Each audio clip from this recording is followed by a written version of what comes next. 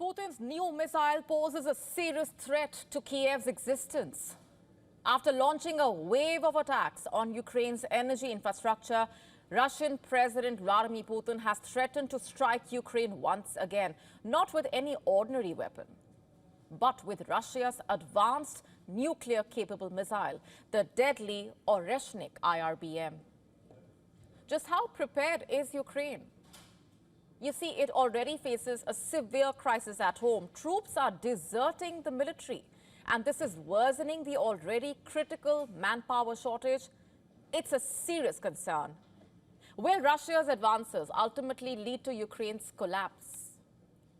Let's get to the details for now. Just hours after Russia's significant assault on Ukraine, which left millions of Ukrainians in the dark, Putin declared that his next targets could include decision-making centers in Kyiv. Speaking at a security summit in Kazakhstan on Thursday, Putin asserted that the overnight attacks were a direct response to strikes on Russian territory carried out using the American ATACMS missiles. For the second time in less than a week, Putin boasted that the Oreshnik rivals a nuclear weapon when it comes to its destructive force. In fact, he warned that Oreshnik would annihilate everything at the point of impact. However, he clarified that it would not be armed with a nuclear warhead, nor would it cause radioactive contamination. Listen to this for yourself. Let me remind you once again how the Oreshnik works, since you've asked. Dozens of warheads, homing warheads, attack the target at a speed of 10 Machs, which is about 3 kilometers per second. The temperature of the striking elements reaches 4,000 degrees. If my memory serves me right, the temperature on the surface of the sun is 5 to 5.6 thousand degrees. Therefore, everything that is in the epicenter of the explosion is divided into fractions, into elementary particles, essentially turned into dust. Did you hear that? Putin has compared the Oreshnik striking temperature to the sun. It's clear that the Russian leader has a lot of confidence in Oreshnik's lethality and has signaled its use for further attacks, even by Ukraine's admission, in fact, when Russia fired the Oreshnik on November 21. It reached an impressive top speed of 13,600 kilometers per hour. On Thursday, in response to Putin's comment, the Ukrainian president accused Russia of a despicable escalation. He said that Putin's promotion of this new missile is a strategy aimed at subverting efforts to end the war, particularly those by US President-elect Donald Trump. And this very day in Kazakhstan, Putin was selling his missiles again, his readiness to kill and destroy. To the thousands of missiles which have struck Ukraine already, Putin obviously wants to add more thousands. He doesn't seek an end to this war. On Thursday, Ukraine demanded its allies to accelerate military aid. Kyiv stressed on the urgency for rapid delivery of essential battlefield equipment. In fact, Ukraine asserted that these supplies were far more crucial than simply increasing personnel recruitment. While such assertions from Ukraine are not uncommon, the message from Kyiv on Thursday was directly aimed at the United States.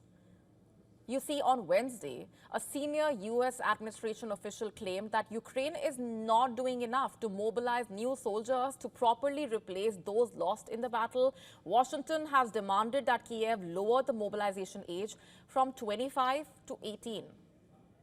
Quick question here. Does America truly want an end to the war? Or is it willing to sacrifice more Ukrainian lives on the battlefield? What is America's end goal really?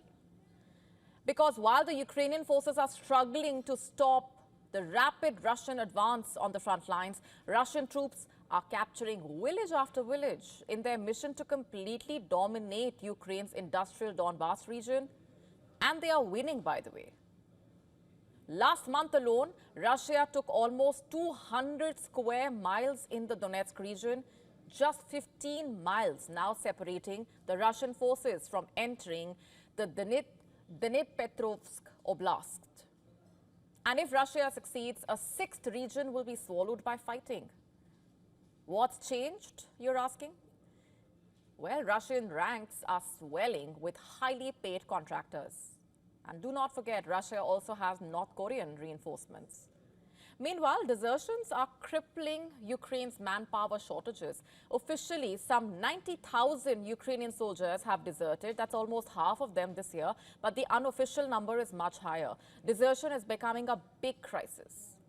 And unless this is addressed, no Ukrainian victory plan can actually halt the Russian advances. On Thursday, Biden said that Russia's latest offensive against Ukraine underlines the immediate need to support Kyiv.